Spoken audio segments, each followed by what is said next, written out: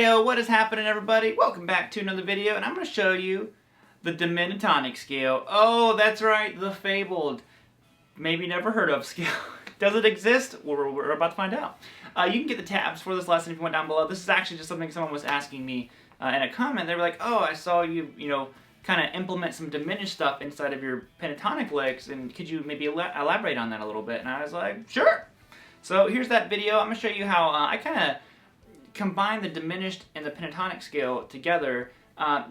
Theory experts and stuff might be like, you're doing it all wrong, but I just kind of play whatever sounds right when it comes to this kind of stuff. So there we have it.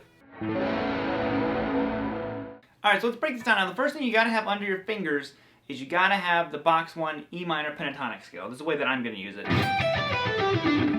Now I will say, if you don't already know that scale and you don't already have it comfortably under your fingers, I wouldn't recommend diving into a video like this because it definitely requires a very confident and comfortable understanding of your minor pentatonic scale. So that's really what I'm, kind of viewing a lot of this stuff with. Good old box 1 E minor pentatonic, like I said.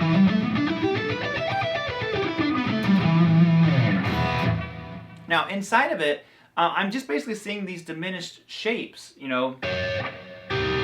They're just kind of all over the place. That's really all that I'm seeing, and I'm implementing them inside of normal pentatonic lick. So if I do like a blues lick, see, there's that diminished idea. And again, there was the other one right there. So let me show you these little shapes that I'm doing, and then I'm going to kind of combine them all together in a couple different ways that you could practice just the diminished side of stuff.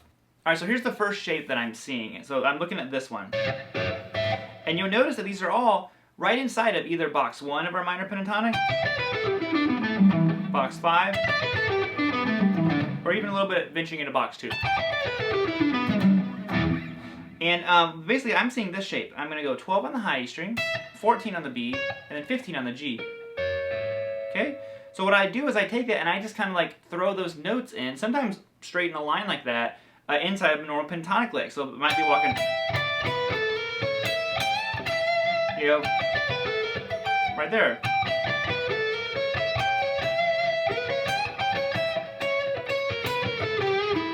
Whatever the lick's going to be. There's the first little diminished shape, okay?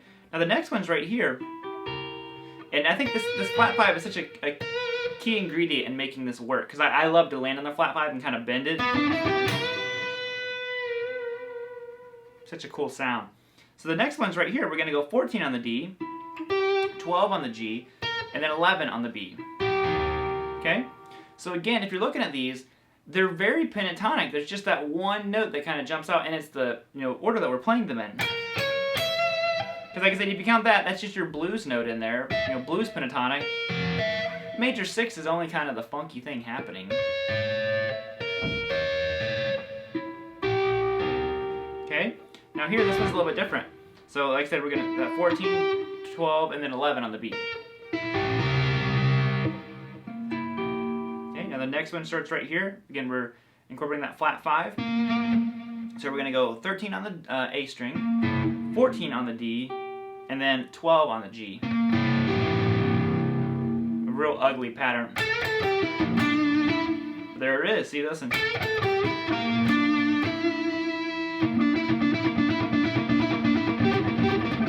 You throw it in there however you want.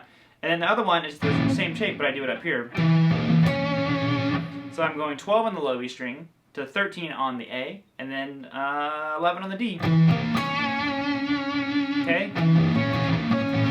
So all 3 of those, sorry, all 4 of those, I can't count. And I kind of like just throw them in there whenever I want that sound. I said I don't necessarily use a lot of theory choosing over what chord I'm implementing it or stuff like that. Like I said, I know there is a lot of theory out there to kind of like justify when you're using it. It's totally a feel thing for me. Like I said, if I'm just kind of like,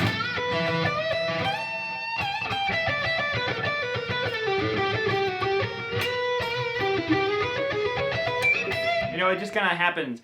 And that wasn't the best example. But like I said, sometimes you can just kind of hear when it needs to happen once you get used to just the sound of it. So there's that one, and like I said, I would practice exercises. Like I think I might have got this from Gus G, maybe. This little exercise here. I worked on it a long time ago, but oh maybe. It's a real fun thing to kind of just run through and practice if you want that more mechanical side of it. So what I'm doing there is I'm playing 15 on the high string, but it's just an octave of a note. So even though it seems like I'm adding a note, I'm just adding octaves. So I'm going 15 and I'm pulling off the 12 on the high string. Then I go to 14 on the B and then 12 on the G. Okay? Now I'm implementing sweeping. You could alternate pick this if you wanted to, however you want. I'm going down, pull off, up, up. Now for this one I'm going to go 14 and I pull off to 11 on the B, 12 on the G, and 11 on the D.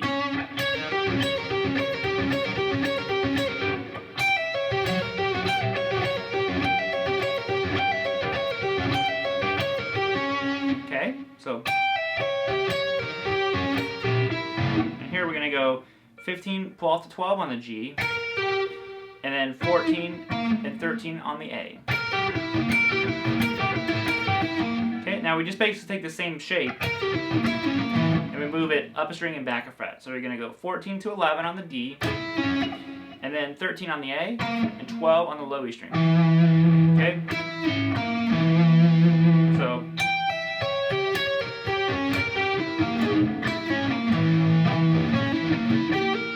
work it back up the other way, ascend, descend, whatever you want with it. But you really just have to get your ears used to that diminished kind of like tweak that it takes to get you where you're like, okay, I like that sound. Because sometimes when you get these, it's kind of out-sounding at times. Sometimes your ear has to get used to it. That way it learns how to resolve these phrases. Because I can't do a whole passage like that inside of a rock context. I'm not over here going, this big diminished phrases. It just kind of like happens loosely and freely, but I resolve it. It's kind of the key for me anyway.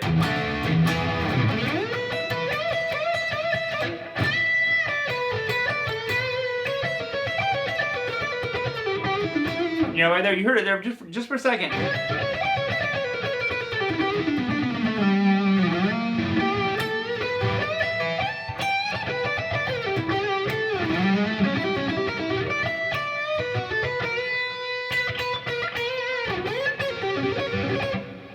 And so on in there.